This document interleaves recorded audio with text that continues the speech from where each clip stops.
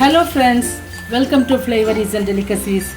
இன்றைக்கி வந்து நாம் பண்ணுறது ஒரு ரவை பாயசங்க. அதுக்கு ஃபஸ்ட்டு ஒரு கடாயில் கொஞ்சம் நெய் போட்டு கேஷ்யூ ஃபஸ்ட்டு ஃப்ரை பண்ணி எடுத்துக்கலாம்.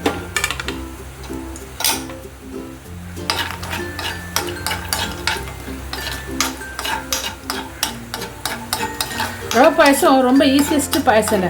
நமக்கு ஸ்வீட் சாப்பிட்ணுன்னு நினச்சோம்னா சட்டுன்னு ஒரு 10 நிமிஷத்தில் செஞ்சிடலாம் ரவை பாயசம். வேறு எல்லா பாயசத்துக்கும் வேகிறதுக்கு அதுக்கு டைம் தேவை, பட் இது சட்டுன்னு ஆயிடும்.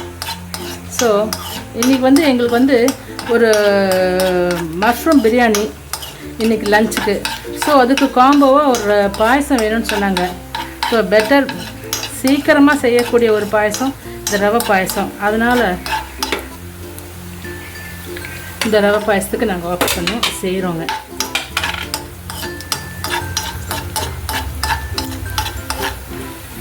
அவ்வளோதாங்க. இது கிரேப்ஸும் போட்டிருந்தேன். ஸோ ரெண்டுமே ஆயிடுச்சு.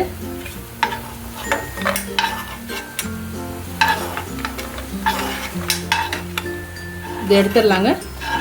எடுத்துட்டு இப்போ அதில் வந்து ஒரு 50 கிராம்ஸ் ரவைங்க போட்டுடலாங்க. ரவை நல்லா வறுக்கணுங்க, நல்லா ட்ரை ரோஸ்ட் பண்ணணும்.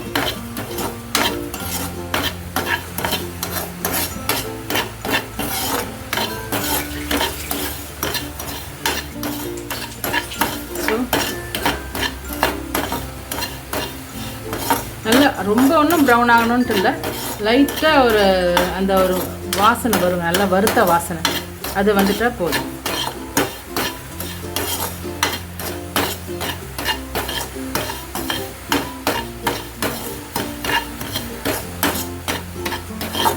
வறுத்தாச்சுங்க. இது ஏற்கனவே நான் ஒரு தடவை வறுத்தது தான், இருந்தாலும் செய்யும்போது ஒரு தடவை வறுத்துட்டா நல்லாயிருக்கும் பாயசத்துக்கு.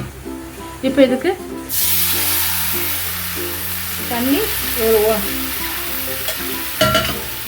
ஒரு 1.5 கப் தண்ணி போட்டுடலாங்க. இது வந்து கொஞ்சம் வேகட்டுங்க, மூடி வச்சு வேக வச்சிடலாம்.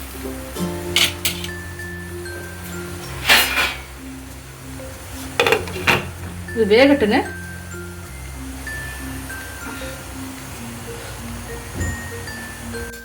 இப்போ தண்ணி எல்லாம் வத்தியாச்சுங்க, நல்லா வத்தியாச்சு. ரவையும் வெந்தாச்சு.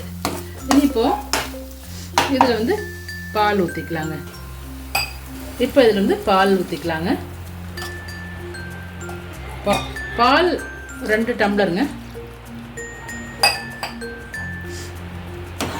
2 டம்ளருங்கிற போது 1/2 லிட்டர் பாலுங்க. நல்ல லம்ஸ் மாதிரி இருக்கும், சீக்கிரமாக எல்லாம் சரியாயிடும். ஏன்னா வறுத்த ரவையாக இருக்கிறதுனால லம்ஸ் எல்லாம் டக்குன்னு கரைஞ்சிருங்க.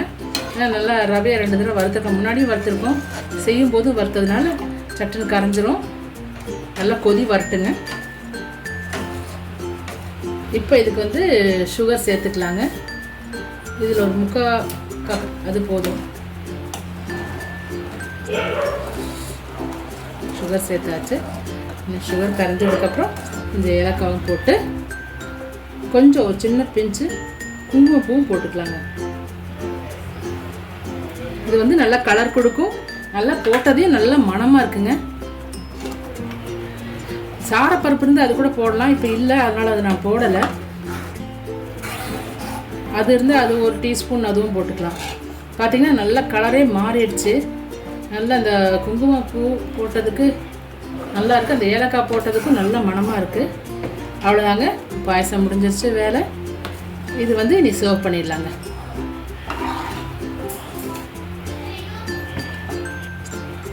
இந்த குங்குமப்பூவெல்லாம் போட்டதுனால நல்லா பாயசமே நல்லா ஒரு ரிச்சாக இருக்குது பார்க்குறதுக்கு. நல்லா டேஸ்ட்டும் மணமும் அதனால் என்ஹான்ஸாக இருக்குது. ஸோ நீங்களும் இதே மாதிரி ரெசிபி செய்யுங்க. ரவா பாயசம் பண்ணும்போது இந்த மாதிரி இதெல்லாம் பருப்பு, சாரப்பருப்பு இதெல்லாம் போட்டு கூட செய்யுங்க, நல்லாயிருக்கும். இப்போ பாயசம் ரெடி ஆயிடுச்சுங்க. செம டேஸ்ட்டாக இருக்குங்க. நல்லா நான் நினைக்கிறேன் சேமியா பாயசத்தை விட இது இன்னும் டேஸ்ட்டாக இருக்கும்னு நினைக்கிறேங்க. ரவை பாயசம் குழந்தைங்களாம் ரொம்ப விரும்பி சாப்பிடுவாங்க. நீங்களும் செஞ்சு பாருங்கள். இந்த ரெசிபி உங்களுக்கு பிடிச்சிருந்தா லைக் பண்ணுங்கள், ஷேர் பண்ணுங்கள், சப்ஸ்கிரைபும் பண்ணுங்கள். தேங்க்யூ ஃபார் வாட்சிங். பாய். அடுத்த வீடியோவில் பார்க்கலாம்.